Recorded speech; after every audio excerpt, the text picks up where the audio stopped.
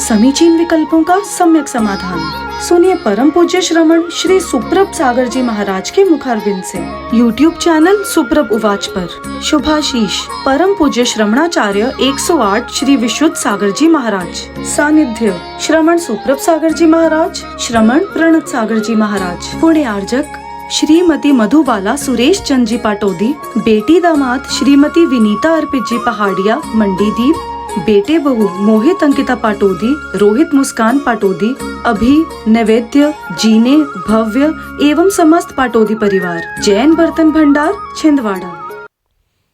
ओम नमः सदेव्य। नमो नमः सत्तुहितं कराय वीराय भव्यां भुजभास्कराय अनंतलोकाय सुरार्चिताय देवादिदेवाय नमो जिनाय देवादिदेवाय नमो जिनाय। पंच परमेष्टि भगवान की परम पूज्य आचार्य भगवंत गुरुवर विशुद्ध सागर जी मुनि महाराज की, परम पूज्य मुनि श्री सुप्रभ सागर जी महाराज जी की। समीचीन विकल्पों का सम्यक समाधान। सम्यक ज्ञान की वह अलौकिक विधा जो आपके मन को उस प्राकृतिकता तक ले जाने वाली है जो निर्विकल्पता का कारण बनती है। क्योंकि जैसे प्रकृति निर्विकल्प है, ऐसे ही आत्मा का स्वरूप भी निर्विकल्प है। और उस निर्विकल्पता को प्राप्त करना है तो सबसे पहले हमारे मन में जो विकल्प उठते हैं उन विकल्पों को समीचीनता के साथ उनका सम्यक समाधान प्राप्त करना परम आवश्यक है। परम पूज्य आचार्य भगवंत गुरुवर विशुद्ध सागर जी महाराज के मंगल सुभाषिष से उन्हीं के सुयोग से परम पूज्य मुनि श्री सुप्रभ सागर जी महाराज द्वारा आपको वह अनूठी विधा प्रदान की गई है जिसके माध्यम से आप भी उस प्रकृति अर्थात मन की निर्विकल्पता की ओर अग्रसर हो सकते हैं, जो निश्चित ही आपको आपके अंतिम लक्ष्य निर्विकल्पता की ओर ले जाने के लिए कारण बनेगी। तो ऐसे आत्मकल्याण की अनूठी विधा से जुड़ने का प्रयास करें और अपना समीचीन विकल्प भेजते हुए परम पूज्य मुनिश्री से उसका आगम के परिप्रेक्ष्य में सम्यक समाधान प्राप्त करें। प्रारंभ करते हैं आज का सम्यक समाधान। और आज के पहले विकल्प के लिए आष्टा मध्य प्रदेश से डॉक्टर मगन जैन, श्रीमती चंदा जैन महाराष्ट्र के चरणों में कोटि कोटि नमोस्तु निवेदित करते हुए अपना समीचीन प्रश्न रख रहे हैं कि गुरुदेव उपसम सम्यक दर्शन, छायिक सम्यक दर्शन और क्षयोपसमिक सम्यक दर्शन में से वीतराग सम्यक दर्शन किसको कहा गया है। हमारे समीचीन विकल्प का सम्यक समाधान करने की अनुकंपा करें। नमोस्तु महाराज जी, नमोस्तु। ओम नमः सिद्धम। परम पूज्य आचार्य भगवान गुरुवर विशुद्ध सागर जी महाराज की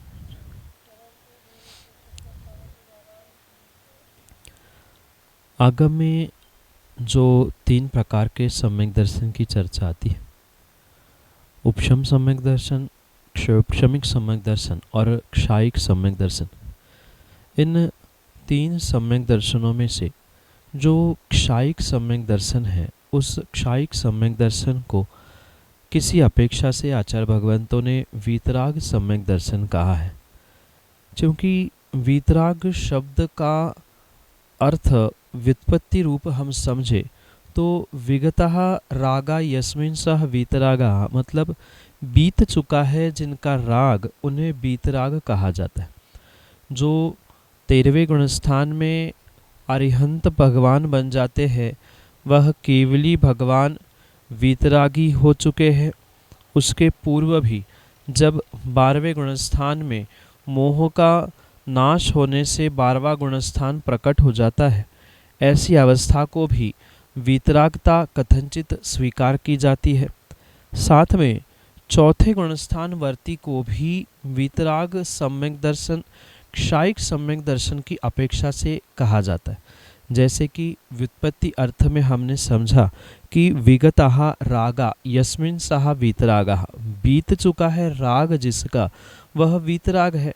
तो मोहनीय कर्म की अपेक्षा से जो राग द्वेष की परिणति जीव प्राप्त करता है, ऐसे उस मोहनी का नाश होते ही वह वीतराग संज्ञा को प्राप्त होता है, जहाँ पूर्ण रूप से मोहनी का मतलब दर्शन मोहनी और चारित्र मोहनी जो दो भेद कहे जाते हैं, उन दोनों भेदों का, दोनों प्रकार के मोह का नाश हो जाता है, तो वह पूर्ण रूप से वीतराग अवस्था को जीव प्राप्त कर ही लेता है। उसके पूर्व उसे छद्मस्त कहा जाता है।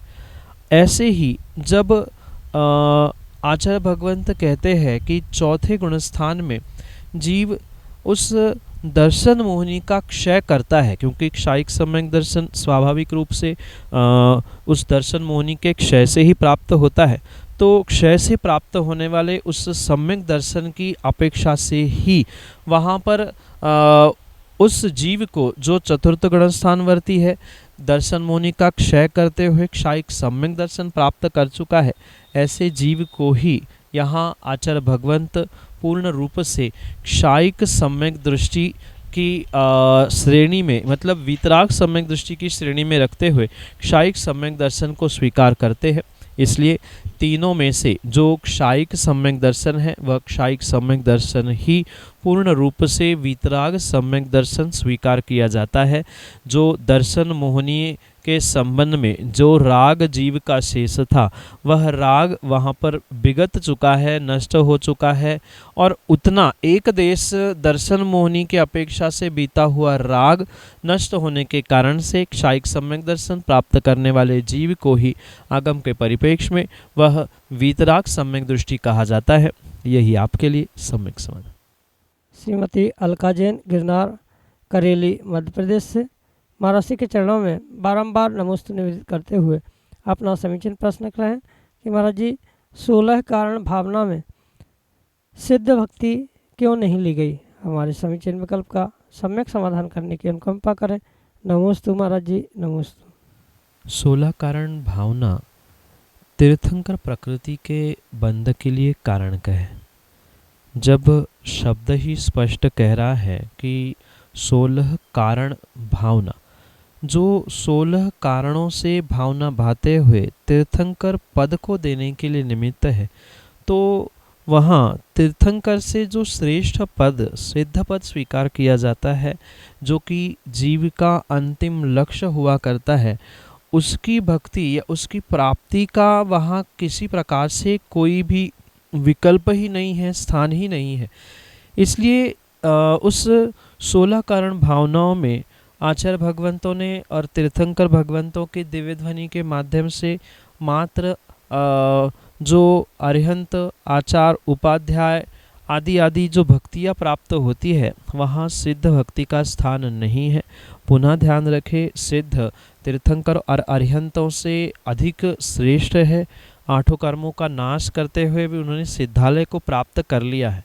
और चूंकि 16 करण भावना के माध्यम से तीर्थंकर प्रकृति के बंध के लिए या तीर्थंकर पद के लिए तैयारी की जाती है, कारण भावनाएं भाई जाती है, और जो कारण जिसके लिए आवश्यक है उतनी सीमा तक ही उनकी भावना भाने की आवश्यकता हुआ करती है।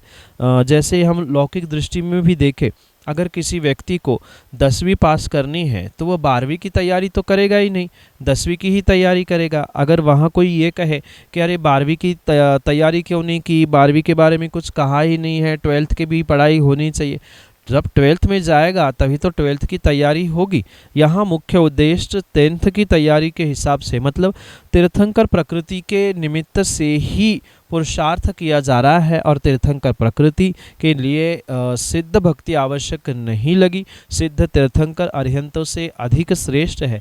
इस कारण से 16 करण भावनाओं में मात्र और मात्र तीर्थंकर के संबंध तक या तीर्थंकर पद तक प्राप्त होने वाले आचार, बहुश्रुत, जिनवाणी और अरिहंत आदि आदि की भक्ति ही उस 16 करण भावना में स्थान रखती है। सिद्ध भक्ति का इसी कारण से स्थान उन 16 करण भावनाओं में आचार्य भगवंतों ने नहीं रखा। यही आपके लिए सम्यक समाधान। सुधा जैन, करेली, मध्य प्रदेश से महाराज जी के चरणों में बारंबार नमोस्तु करते हुए कह रहे हैं कि महाराज जी जब माला फेरते हैं और काउंटिंग मशीन हाथ में पहने होते हैं उस समय उंगली से काउंटिंग करते जाते हैं तो उस समय भाव विचलित होते हैं, उसका क्या फल प्राप्त होता है? हमारे समीचीन विकल्प का सम्यक समाधान करने की अनुकंपा करें। नमोस्तु महाराज जी, नमोस्तु। मंत्र फेरते समय, जप जाप आदि करते समय भावों की शुद्धि होना, मन का एकाग्र होना बहुत आवश्यक है। अगर किन्हीं कारणों से मन विचलित हो रहा है तो वह जप जाप करना मात्र एक काउंटिंग मशीन की तरह ही संख्या जोड़ने वाला हो सकता है, ना कि पुण्य को जोड़ने वाला हो सकता है। इसलिए विवेक पूर्वक सबसे पहले ये ध्यान रखना होगा कि मात्र हाथों में काउंटर बांध लेने से या उंगली में फंसा लेने से, पुनः पुनः उसको प्रेस करने से वह जाप का फल जो जैसा जितना मिलना चाहिए वह किसी प्रकार से प्राप्त होने वाला है ही नहीं है।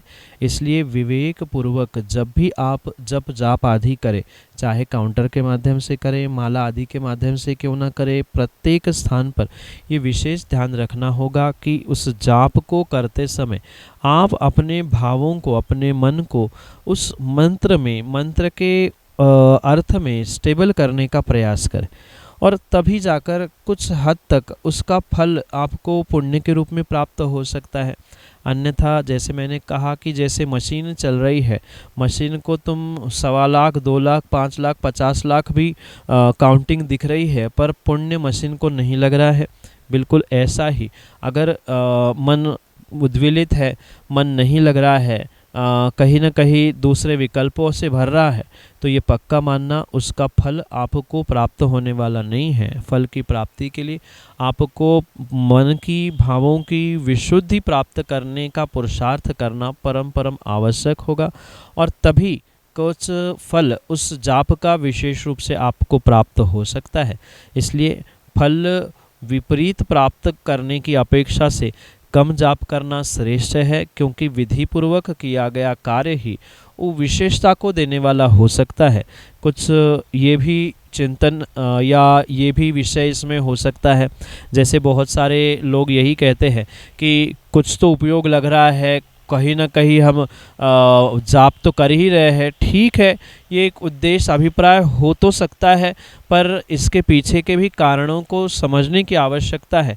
मात्र उद्देश्य मंत्रों का उच्चारण करना या बटन चटकाते हुए, दबाते हुए काउंटिंग बढ़ा लेना, एक दूसरे से स्पर्धा कर लेना, ये उद्देश्य नहीं होना चाहिए। भावों की विशुद्धि के साथ ही विवेकपूर्वक इन क्रियाओं को करे, तभी कर्मों की निर्जरा और पुण्य की प्राप्ति वहाँ पर होने की संभावना है।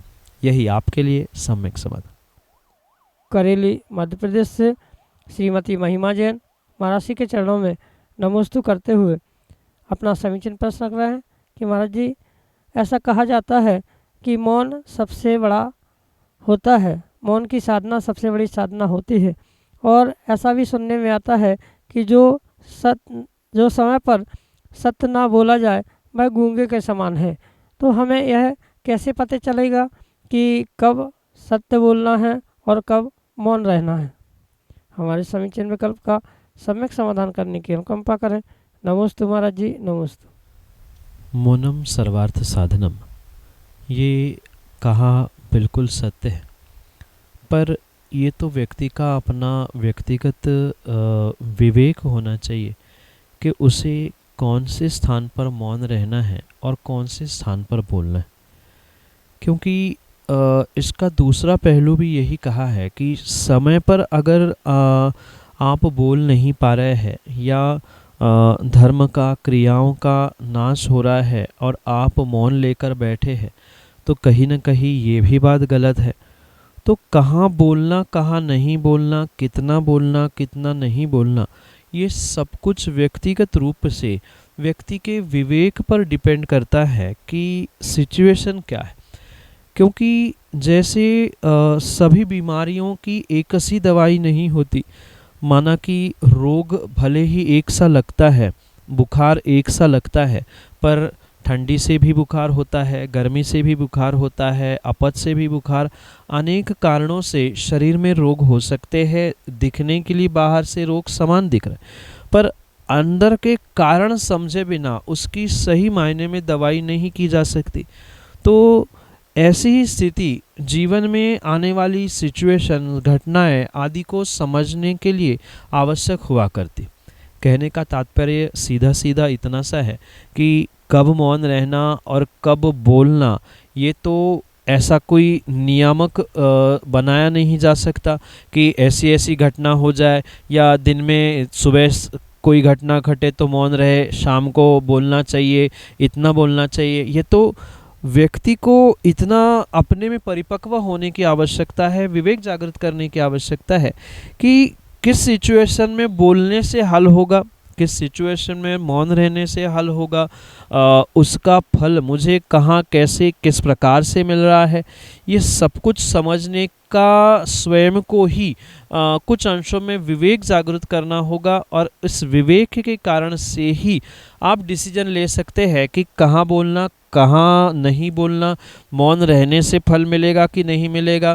क्योंकि पुनः मैं ये बात यही दोहराना चाहता हूँ कि कोई ऐसा स्टैंडर्ड फॉर्मेट नहीं होता है कि ऐसी ऐसी कंडीशन आ जाए और ऐसा ऐसा हो, क्योंकि हमने कह दिया, किसी व्यक्ति ने भी कह दिया कि ऐसी सिचुएशन आने पर मौन रहना चाहिए, पर वह सिचुएशन किस कारण से हुई है, कैसी हुई है, ये अगर पता नहीं है तो कहीं ना कहीं विपरीतता के कारण से मौन रहना भी गलत साबित हो सकता है, या किसी सिचुएशन में बोलना भी गलत साबित हो सकता है।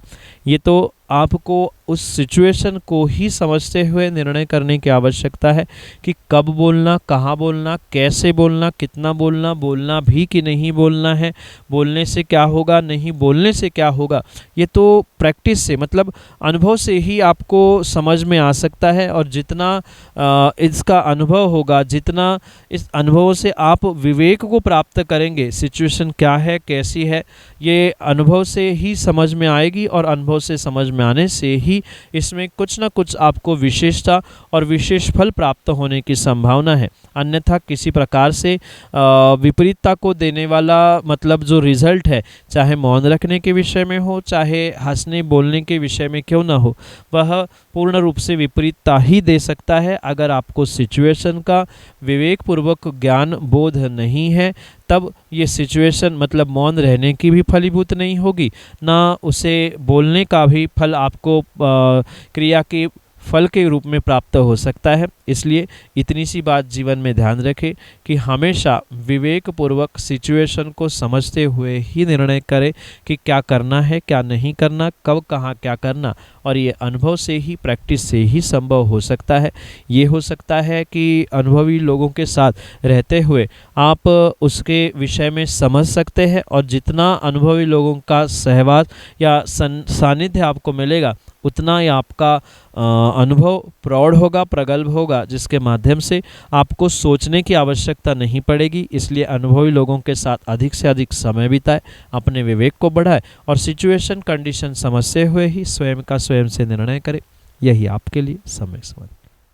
श्रीमती लक्ष्मी जैन, करेली, मध्य प्रदेश से महाराज के चरणों में बारंबार नमस्तु करते हुए अपना समीचीन प्रश्न रख रहे हैं कि महाराज जी, घर से मंदिर जाते समय कैसे विचार होने चाहिए। हमारे समीचीन विकल्प का सम्यक समाधान करते हुए हमारा मार्गदर्शन करने की कृपा करें। नमोस्तु महाराज जी, नमोस्तु। घर से मंदिर की ओर बढ़ते समय या मंदिर जाते समय जीव के बहुत विशुद्ध और बहुत अच्छे भाव होने चाहिए। अच्छे से तात्पर्य उसका कोई पैरामीटर या उसका कोई प्रमाण नहीं है। अच्छे से मतलब इतना ही है कि उस सच्चे देवशास गुरु के दर्शन के लिए आप पहुंच रहे हैं। मुख्यतः से मंदिर में तो अरिहंत प्रभु के दर्शन का ही उद्देश्य, अभिप्राय होता है। तो मैं अरिहंत भगवान के दर्शन करने जा रहा हूँ। मेरा कितना बड़ा सौभाग्य है कि मैं जैन कुल में जन्मा हूँ। ये चावल आदि द्रव्य मैं परमात्मा के चरणों में चढ़ाने जा रहा हूँ। वो परमात्मा जो वीतरागी बन चुके हैं, मैं भी उनके जैसे बनने के लिए उनकी पूजा करके मैं पूज्य बनना चाहता हूँ। आदि आदि उद्देश्य, आदि आदि अभिप्राय लेकर ही मंदिर के लिए गमन करना चाहिए।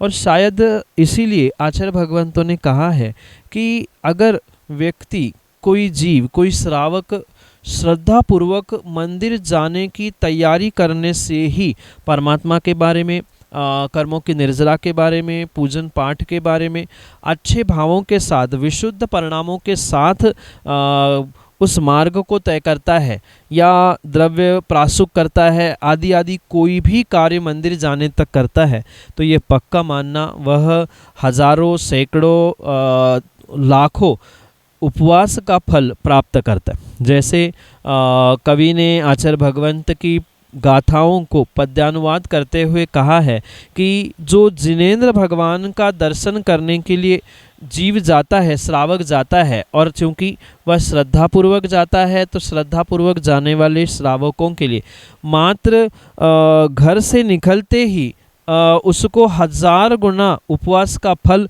प्रभु के दर्शन करने जा रहा हूँ, ये गदगद परिणामों से होता है। साक्षात गमन करने वाला, मंदिर तक पहुँचने वाला जो जीव है वह लखा गमन करे, मतलब लाख गुना फल उपवास का उसे मार्ग पर, मतलब घर से मंदिर पहुँचते समय मिल सकता है। और सहस्र करोड़ों करोड़ों उपवास का फल प्रभु के दर्शन से जब मिलता है तो ये भावना उसकी प्रतिपल होनी चाहिए कि कितना बड़ा सौभाग्य है मेरा कि मैं परमात्मा का दर्शन करने के लिए जा रहा हूँ। ऐसे खोटे काल में सुबह उठकर मुझे परमात्मा की ही प्रतिमा का दर्शन करना है, वो ही कर्मों की निर्जरा के लिए निमित्त बन रहा है।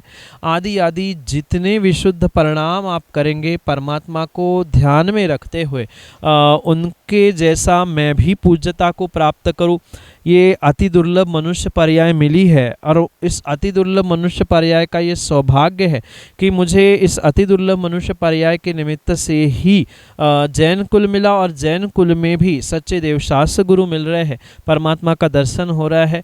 अपने पुण्य की सराहना करते हुए अपने सौभाग्य को बढ़ाने का प्रयास करने का जो परिणाम भाव जितनी विशुद्धि के साथ और जितने गदगदता के साथ आप प्राप्त करेंगे, उतनी ही कर्मों की निर्जरा वहाँ पर होने की संभावना है। ये आवश्यक नहीं है हम किस मंदिर में जा रहे हैं, कौन से परमात्मा को पूज रहे हैं, या उसकी दूरी कितनी है, क्या है, ये मायने नहीं रखता है। मायने ये रखता है कि हम किन भावों को और परिणामों को किस कदर विशुद्ध करते हुए उसे वृद्धिंगत करने का या उसे बढ़ाने का प्रयास कर रहे हैं। जितनी जितनी विशेष विशुद्धि भावों की होगी, जितने श्रद्धा से भरे हुए गदगद परिणाम होंगे, उतना ही विशेष फल आपको उन क्रियाओं के माध्यम से, मतलब प्रभु के दर्शन करने, पूजन पाठ करने से मात्र नहीं, अपितु आप घर से मंदिर तक जाते हुए ही हजारों लाखों उपवास का फल प्राप्त हो सकता है। तो ये विवेकपूर्वक अपने भावों को संजोने का प्रयास करें कि मैं परमात्मा के दर्शन करने जा रहा हूँ, ये मेरा अहोभाग्य है, सौभाग्य है, ये दुर्लभ मनुष्य पर्याय जैन कुल मुझे प्राप्त हुई, और उसी कारण से परमात्मा के इतने सहजता से दर्शन मुझे हो रहे हैं। परमात्मा के जो अनंत गुण हैं, जो उन अनंत गुणों को उन्होंने प्रकट कर लिया है, जैसे हम कहते हैं वंदे तदगुण लब्धे, उनके गुणों की प्राप्ति के लिए मैं वंदन करने जा रहा हूँ। मैं भी पूज्य बन जाऊँ आपकी पूजा करने से, इन विशुद्ध भावों के साथ, द्रव्यों की शुद्धि के साथ और वस्त्र आदि आदि की शुद्धि के साथ ही परमात्मा के दर्शन करने के लिए घर से मंदिर की ओर जाने का प्रयास करना पड़ेगा। यही आपके लिए सम्यक समाधान। समीचीन विकल्पों का सम्यक समाधान सुनिए परम पूज्य श्रमण श्री सुप्रभ सागर जी महाराज के मुखारविंद से। YouTube चैनल सुप्रभ उवाच पर शुभाशीष परम पूज्य श्रमणाचार्य 108 श्री विशुद्ध सागर जी महाराज। सानिध्य श्रमण सुप्रभ सागर जी महाराज, श्रमण प्रणत सागर जी महाराज। पुण्य आर्जक श्रीमती मधुबाला सुरेश चंद जी पाटोदी, बेटी दामाद श्रीमती विनीता अर्पित जी पहाड़िया मंडीदीप, बेटे बहू मोहित अंकिता पाटोदी, रोहित मुस्कान पाटोदी, अभी नैवेद्य जीने भव्य एवं समस्त पाटोदी परिवार, जैन बर्तन भंडार छिंदवाड़ा।